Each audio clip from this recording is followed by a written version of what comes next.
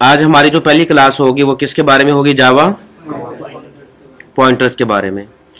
जावा pointers भी बिल्कुल वैसे इस्तेमाल किए जाते हैं जिस तरह हम, उनका मकसद जो होता है वो यही होता है कि जो अरे हो या लिस्ट हो उससे डेटा को रिट्रीव करना, डेटा को हासिल करना।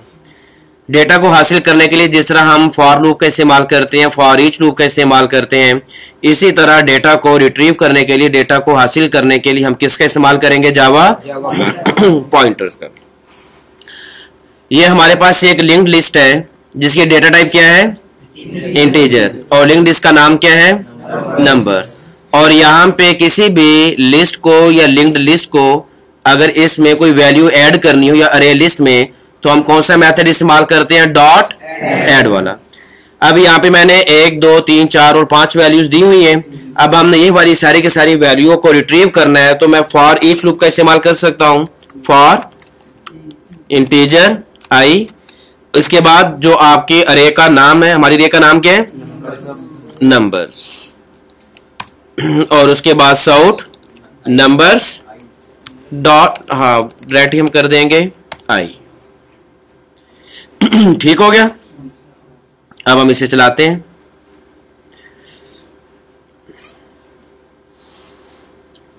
जी, सारी वैल्यूज हमें हासिल हो गई। इसके लिए जो हम एक और चीज इस्तेमाल कर सकते हैं वो है पॉइंटर का। पॉइंटर इस्तेमाल करने का हमने उसे इस्तेमाल कैसे करना, अब हम उसकी तरफ आ जाते हैं। सबसे पहले नंबर पे हम इटरेटर की क्लास लेंगे। ये जो पहले नंबर पे आ रहा है इटरेटर जावा डॉट यूटिल वाला, और यहाँ पे भी आप देख रहे हैं इटरेटर के बाद लेस देन और ग्रेटर देन के साइन है। मैं इसको ले लूंगा इटरेटर पर। जावा डॉट लैंग वाला नहीं लेना, जावा डॉट नीचे वाला इटरेबल है, आपने लेना इटरेटर। एक नीचे भी आ रहा है इटरेटर जावा S dot swing dot text dot HTML, ये भी नहीं आपने लेना, जावा डॉट यूटिल वाला ले लेना है।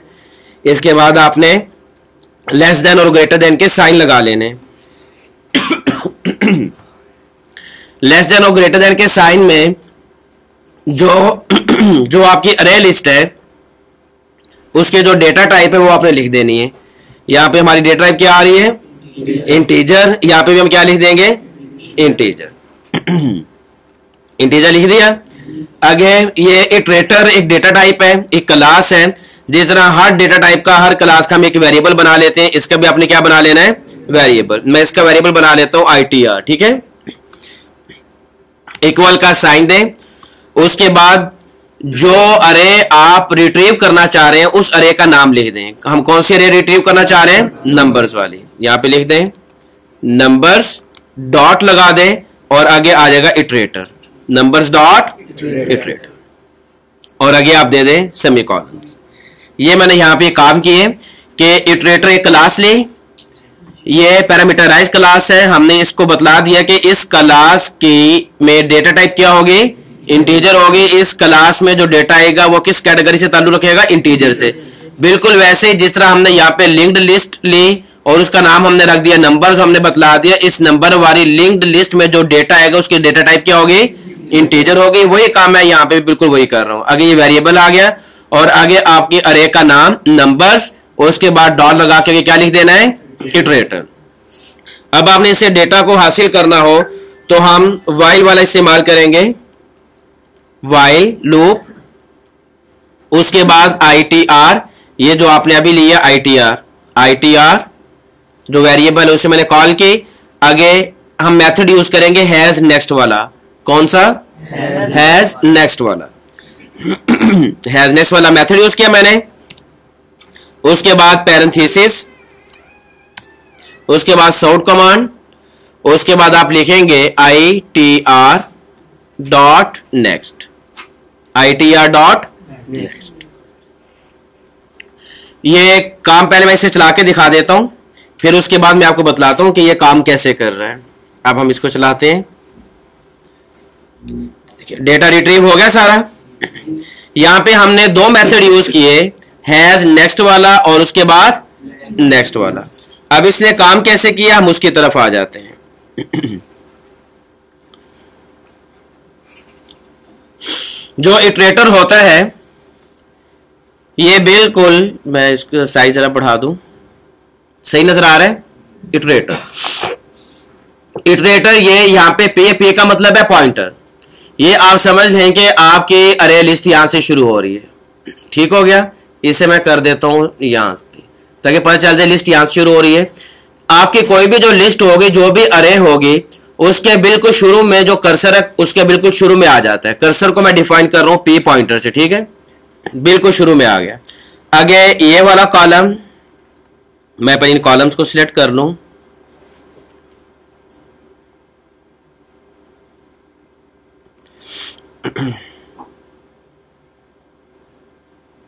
ये कॉलम जो मैंने सिलेक्ट किए हैं, इनके अंदर होगा कोई ना कोई डेटा। जैसे ही हमने वाइल लूप चलाई, वाइल लूप चलाने के बाद मैंने यहाँ पे क्या लिखा, it ITR dot has next. जो मेरा कर्सर था बिल्कुल अरे के शुरू में था, तो ITR डॉट हैज नेक्स्ट का मतलब ये होता है कि देखो भी इस अरे में चेक करो कि जहां पे पॉइंटर है क्या उससे आगे कोई वैल्यू मौजूद है या वैल्यू मौजूद नहीं है। जैसे ही वाइल लूप ने चलना है, पॉइंटर ने अरे के बिल्कुल शुरू में आ जाना है, और अरे में शुरू में आने के बाद ये वाला मेथड चलेगा हैज नेक्स्ट वाला, कि भी देखो आगे वैल्यू है या वैल्यू नहीं है।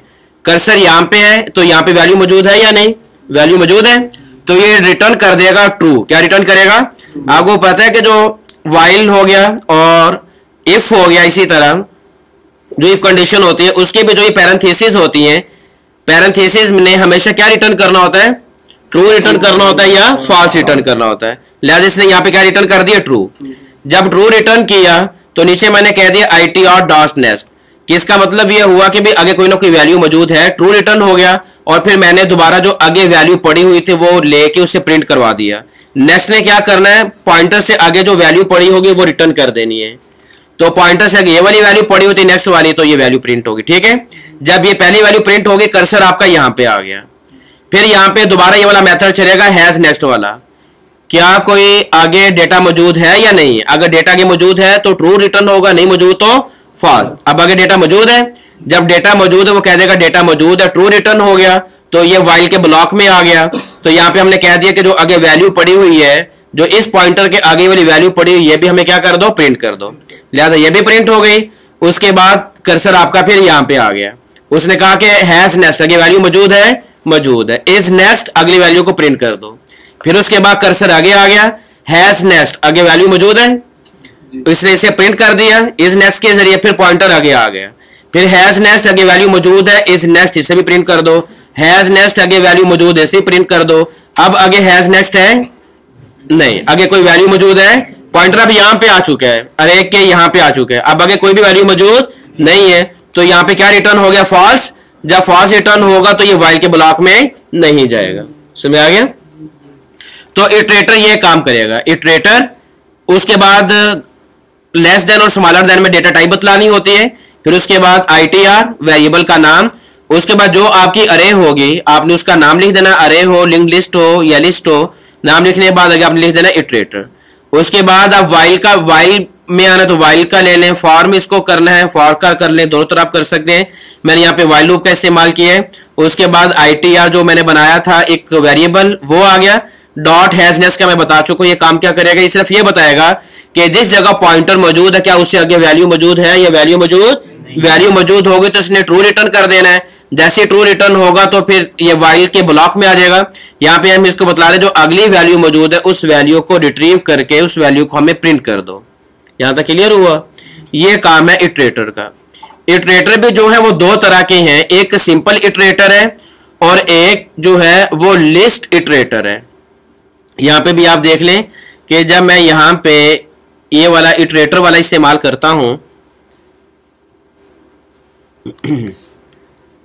ITR डॉट, इसके कौन कौन से मेथड आ रहे हैं, हैज नेक्स्ट है, इक्वल है, ये वाले इसके कुछ ना कुछ जो मेथड है यहाँ पे आ रहा है। वेट है, नोटिफाई है, for each remaining to string, hash, remove, get class, equals और नेक्स्ट के। अगर मैं चाहता हूं कि मैंने डेटा रिट्रीव करना है अरे के आखिर से, मैं चाहता हूं कि पहले 50 हो, फिर उसके बाद 40 प्रिंट हो, फिर 30, 20 और 10। जो ये वाला इटरेटर है इसने फॉरवर्ड ही जाना है, आगे कोई जाना है, इसने कभी भी बैकवर्ड आखिर से पीछे को नहीं जाना, इसने हमेशा आगे से पीछे की तरफ आना है, आगे से आखिर की तरफ जाएगा, आखिर से पीछे की तरफ ये नहीं आएगा।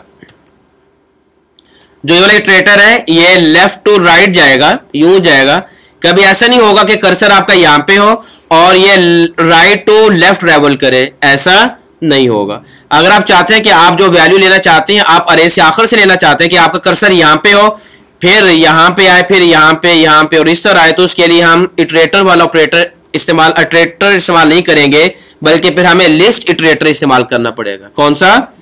मैं अब इसे यहां पे करता हूं कमेंट। अब हम आ जाते हैं लिस्ट इटरेटर में। लिस्ट, वो नीचे आ गया लिस्ट इटरेटर। ये भी java.util वाला है। लिस्ट इटरेटर बिल्कुल वैसे ही है जिस तरह आपने इटरेटर ऊपर यूज किया है। स्मॉलर देन और ग्रेटर देन में हम क्या दे देंगे? Data type. किसके डेटा टाइप देंगे? जिस अरे का डेटा आप रिट्रीव करना चाहें। हम नंबर का डेटा रिट्रीव करना चाह रहे हैं, इसके डेटा टाइप क्या है? इंटीजर। यहां पे क्या लिख देंगे?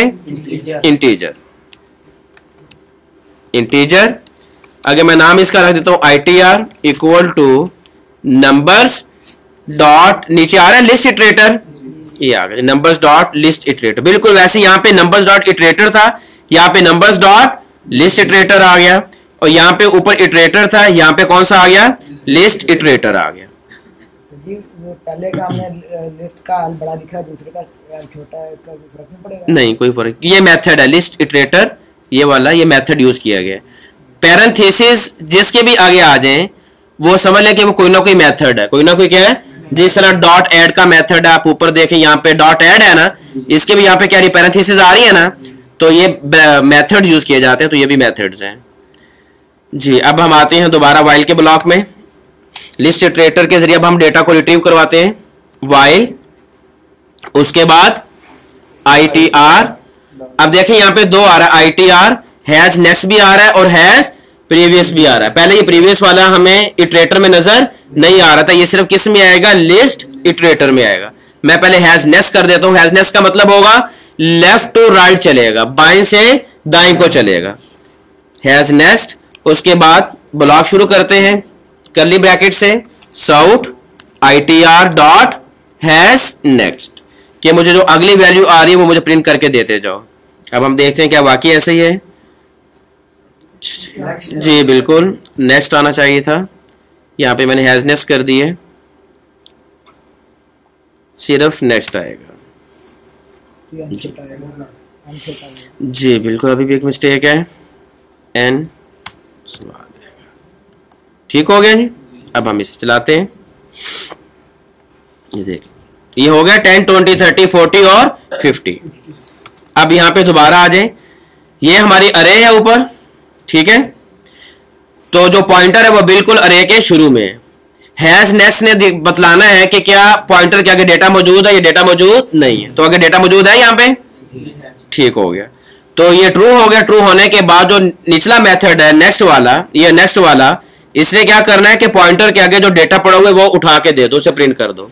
ये डेटा प्रिंट हो गया, उसके बाद पॉइंटर अगले जगह पे आ गया, फिर दोबारा वाइल वाला चलेगा, यहाँ पे पैरेंथेसिस के अंदर वाला कोड चलेगा ITR डॉट हैज नेक्स्ट, क्या आगे वैल्यू मौजूद है या नहीं? डेटा मौजूद है, डेटा मौजूद है, ट्रू रिटर्न हुआ, तो वो फिर निचला चल जाएगा नेक्स्ट वाला के जो ये नेक्स्ट वैल्यू पॉइंटर से जो नेक्स्ट वैल्यू पड़ी वो प्रिंट कर दो।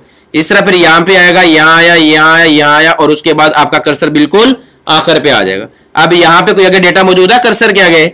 नहीं। अब मेरा कर्सर कहां पे आ चुका है? इस अरे के बिल्कुल आखिर पे आ चुका है। ये क्लियर हो गया। अब हमने प्रीवियस वाला मेथड यूज करेंगे, कर्सर बिल्कुल आखिर में है, अभी प्रीवियस वाला मेथड यूज करेंगे। अब कर्सर मेरा राइट टू लेफ्ट ट्रेवल करेगा, ठीक है। अब हम करके देखते हैं, मैं नीचे आ जाता हूं, हम ऊपर कर देते हैं साउट लेफ्ट टू राइट, या लेफ्ट टू राइट की बजाय अप टू डाउन कर देते हैं, अप टू डाउन, ऊपर से नीचे को कर देते हैं, और नीचे मैं यहां पे लिख देता हूं साउट डाउन टू कर देते हैं।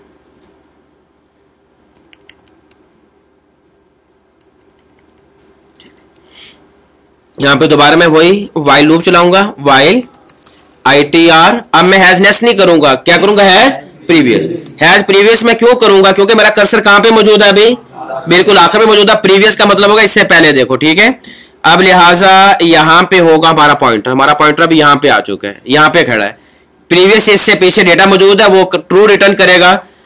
और फिर हम जैसे वो ट्रू रिटर्न करेगा तो हम यहाँ पे वाइल के ब्लॉक में से बतला देंगे कि ITR.previous, जो कर्सर से पहले जो वैल्यू पड़ी हुई है अब वो हमें उठा के दे दो, कर्सर के पीछे जो वैल्यू पड़ी है वो उठा के दे दो। फिर यहाँ पे आएगा कर्सर, यहाँ पे आएगा, उसके बाद यहाँ पे आएगा, तो आगे कोई डेटा मौजूद नहीं है, तो उसके बाद लूप हमारी ये बंद हो जाएगी। अब चला के देखते हैं जी, ये देखिए अप टू डाउन पहले क्या प्रिंट हुआ 10, 20, 30, 40, 50, और फिर डाउन टू अप पहले क्या प्रिंट हो रहा है 50, 40, 30, 20 और 10। अगर मैं यूं कर दूं मिसाल के तौर पे, मैं ये वाला खत्म कर देता हूं, मैं कहता हूं कि मुझे जो डेटा रिट्रीव करना है वो आखिर से करना है, पहले 50 है, फिर 40 है, फिर 30 है, फिर 20 है, फिर 10 है। जैसा कि यहाँ पे आप देख भी रहे हैं बिल्कुल ऐसे प्रिंट हो रहा है। पहले क्या प्रिंट हो रहा है 50, फिर 40, 30, 20 और 10। मैं तो ये मुझे ऊपर वाली तो चाहिए ही नहीं, अप टू डाउन तो चाहिए नहीं, 10 to 50 नहीं चाहिए, बस मुझे 50 to 10 तक चाहिए। इसलिए मैंने ऊपर वाली जो थी लूप उसे बंद कर दिया, कमेंट कर दिया कि ये चले ही नहीं। मैं कहता हूँ सिर्फ यही वाली चले, तो क्या मुझे डेटा रिट्रीव होगा नहीं होगा, डेटा प्रिंट होगा नहीं होगा, कोई बता सकते हैं?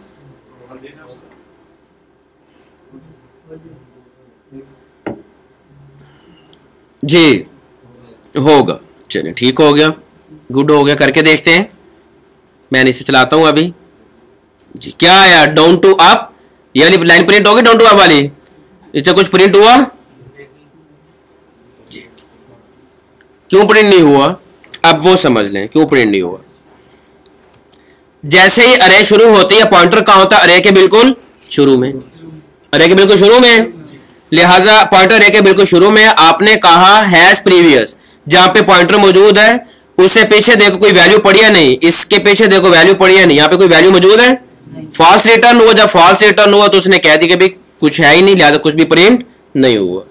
इसीलिए अगर आप इटरेटर के जरिए आखिर से डेटा रिट्रीव करवाना चाह रहे हैं तो आपका पॉइंटर यहाँ पे नहीं होना चाहिए, बल्कि कहां पे होना चाहिए, अरे के आखिर। अरे के आखिर में पॉइंटर कब जाएगा, जब आप पहले लेफ्ट टू राइट वाली अरे चलाएंगे, ठीक है। चलाने के बाद आपका पॉइंटर यहाँ पे आ जाएगा, फिर जब आप प्रीवियस वाला चलाएंगे फिर ये पॉइंटर पीछे को जाएगा।